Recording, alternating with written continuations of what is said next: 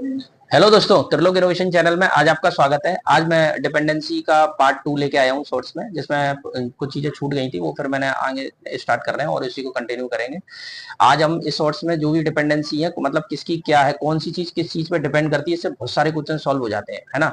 तो इसको आप देखते जाएंगे और ये दोनों पार्ट की बढ़िया से टेबल बना लेना, और इस टेबल को बनाते जाने में आपको सारा डेटा कवर कराता चला जाऊंगा। ठीक है दोस्तों, short base series, short base revision, मजा आ जाएगा आपको दोस्तों। चलिए, तो हम सबसे पहले बात करते हैं हम डीसी मोटर के टॉर्क की। एक्चुअलिटी में जो डीसी मोटर का टॉर्क होता है ना, वो हमेशा आर्मेचर की करंट, फील्ड फ्लक्स, आर्मेचर की करंट और फील्ड फ्लक्स, इन दोनों पे वो डिपेंड करता है। क्या ये बात समझ में आई? चलिए, दूसरा, जनरेटर द्वारा जो जनरेटेड वोल्टेज है वो किन किन चीजों पे डिपेंड करता है। भाई सबसे पहले फ्लक्स पे, स्पीड पे डिपेंड करता है। तीसरा, नंबर ऑफ पैरेलल पाथ पे डिपेंड करता है। दूसरा, नंबर ऑफ कंडक्टर पे डिपेंड करता है। क्या ये बात समझ में आई? चलिए, अब हम अगली बात करते हैं हम फ्रीक्वेंसी। फ्रीक्वेंसी किन किन चीजों पे डिपेंड करती है भाई?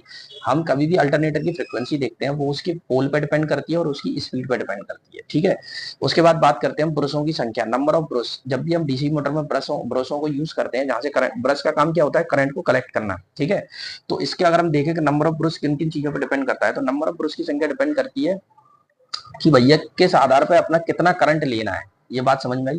मतलब कितना करंट लेना है ये डिसाइड करेगा ब्रश, नंबर ऑफ ब्रश पे। कम करंट है तो कम ब्रश लगेंगे, ज्यादा करंट है तो हैवी, ज्यादा ब्रश लगेंगे। ठीक है, उसके बाद बात करते हैं इलेक्ट्रिकल डिग्री। इलेक्ट्रिकल डिग्री हमेशा पोल पे डिपेंड करती है। दूसरा, मैकेनिकल डिग्री है, वो हमेशा आर्मेचर की साइकिल पे डिपेंड करेगी। इलेक्ट्रिकल डिग्री पोल पे डिपेंड करती है, मैकेनिकल डिग्री आर्मेचर साइकिल पे डिपेंड करती है। ठीक है, लैप वाइंडिंग हमेशा नंबर ऑफ पोल पे डिपेंड करती है, क्योंकि लैप, LAP, तो एल के बाद क्या आता है, पी, तो मतलब नंबर ऑफ पैरेलल पाथ में लैप में क्या होता है, ए बराबर पी होता है। क्या होता है? ए बराबर P. Number of parallel path किसके बराबर होते हैं? पोलों की संख्या के बराबर।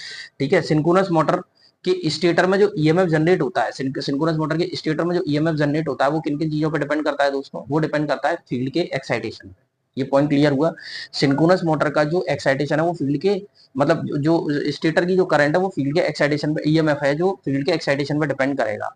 एसी करंट का जो आरएमएस वैल्यू है वो हमेशा हीट पे डिपेंड करता है, और एसी करंट का जो एवरेज वैल्यू है वो नंबर ऑफ चार्ज ट्रांसफर पे डिपेंड करता है। ठीक है, पावर फैक्टर जो है वो आपका फेज डिफरेंस पे डिपेंड करेगा, कि वोल्टेज और करंट के बीच में कितना डिफरेंस आ रहा है, ये उस पर डिपेंड करेगा। क्लियर है? ये पॉइंट क्लियर हो गया।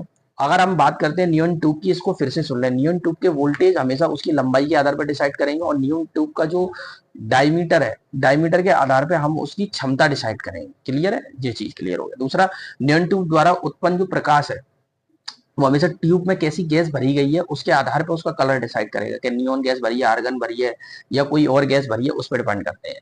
तो आज का ये पार्ट 2 कंप्लीट हो गया। डिपेंडेंस की एक एक चीज मैंने आपको क्लियर करा दी है दोस्तों, आप अपना वो क्लियर करें।